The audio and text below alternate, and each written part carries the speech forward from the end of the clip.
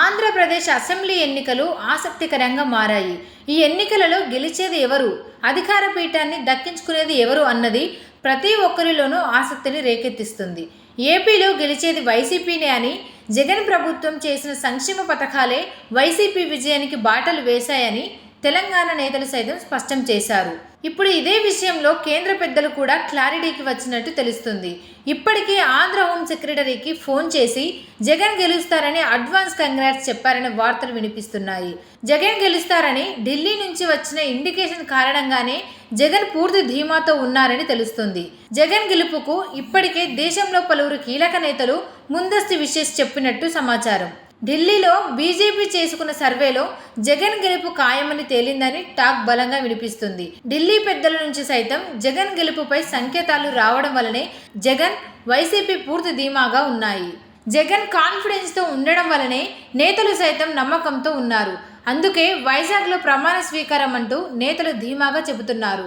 ఇక chief secretary విషయంలో TDP చేస్తున్న డిమాండ్ను పెద్దగా పట్టించుకోకపోవడం వెనుక రీజన్ ఇదే అంటున్నారు. ఎన్నికలు పూర్తయిన తర్వాత కేంద్ర ఇంటెలిజెన్స్ వర్గాలతో పాటు తమకు నమ్మకమైన వారితో ఎగ్జిట్ పోల్స్ నిర్వహించుకున్నట్లు ఢిల్లీలో పెద్ద ఎత్తున ప్రచారం జరుగుతోంది. బీజేపీ ముఖ్య నేత ఒకరు ఈ సర్వేను చేయించి సమగ్ర నివేదికను అధికార నాయకత్వానికి ఇచ్చారంటున్నారు. వైసీపీకి 100కు పైగా స్థానాలు ఇచ్చే అవకాశం ఉందని చెప్పడంతో బీజేపీ కొంత వెనకడుగు వేసినట్లు తెలిసింది.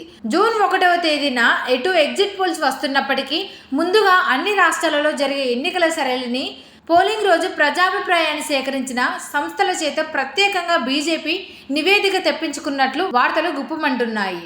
అందులో భాగంగానే ఏపీ విషయంలోనూ నివేదిక తెప్పించుకున్న బీజేపీ వైసీపీ పట్ల సాఫ్ట్ కార్నర్గా ఉండాలని నిర్ణయించుకున్నట్లు చెబుతున్నారు. ఇక కేంద్రంలో కూడా తాము అనుకున్న స్థానాలు వచ్చే అవకాశం లేదని ఎన్డీఏ కూటమి భావిస్తుంది. ముఖ్యంగా ఉత్తరాది రాష్ట్రాల్లోనే భారీ సంఖ్యలో సీట్లకు గండిపడే అవకాశం ఉందని నిఘా సంస్థల నివేదికలు కమలం పార్టీలో కొంత కలవరం పుట్టిస్తున్నాయి. ఈ నేపథ్యంలోనే తమ మిత్రులనే కాకుండా ఎవరిని శత్రువులను చేసుకోకూడదన్న ఉద్దేశంతో వ్యవహరిస్తుందంటున్నారు. ఎన్నికల ముందు వరకు కూటమి పార్టీలు చెప్పినట్లు ఎన్నికల కమిషన్ పై ఒత్తిడి తెచ్చి వారిని పక్కన పెట్టించడంలో ఆంధ్రప్రదేశ్లోని టీడీపీ, జనసేన, బీజేపీ నేతలు సక్సెస్ అయ్యారు.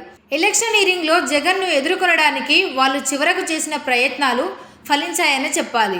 అయితే చీఫ్ సెక్రటరీ విషయంలో మాత్రం కుదరలేదని చెప్పవచ్చు. కౌంటింగ్కు ముందు చీఫ్ సెక్రటరీ జవహర్ రెడ్డిని బదిలీ చేయాలని టీడీపీ ఇప్పటికే డిమాండ్ చేస్తుంది. కేంద్ర ఎన్నికల కమిషన్కు కూడా ఫిర్యాదు చేసింది. అయితే చీఫ్ సెక్రటరీని మాత్రం ఎన్నికల కమిషన్ ఇంతవరకు మార్చలేదు. ఆయన సీరియస్గా ఉంటే ఫలితాలపై ప్రభావం చేస్తారని కూడా టీడీపీ ఆరోపించింది. చీఫ్ సెక్రటరీ బదిలీ చేయాలన్న డిమాండ్ను మాత్రం ఏపీ బీజేపీ నేతలు చేయకపోవడం కూడా చర్చనీయాంశంగా మారింది. కేంద్రం నుంచి వచ్చిన ఆదేశాల మేరకు ఆయనపై విమర్శలు చేయడం లేదన్న టాక్ వినబడుతుంది. మొత్తంగా వైసీపీ గెలుపుపై క్లారిటీ వచ్చినట్లు రాజకీయ వర్గాల్లో చర్చలు సాగుతున్నాయి.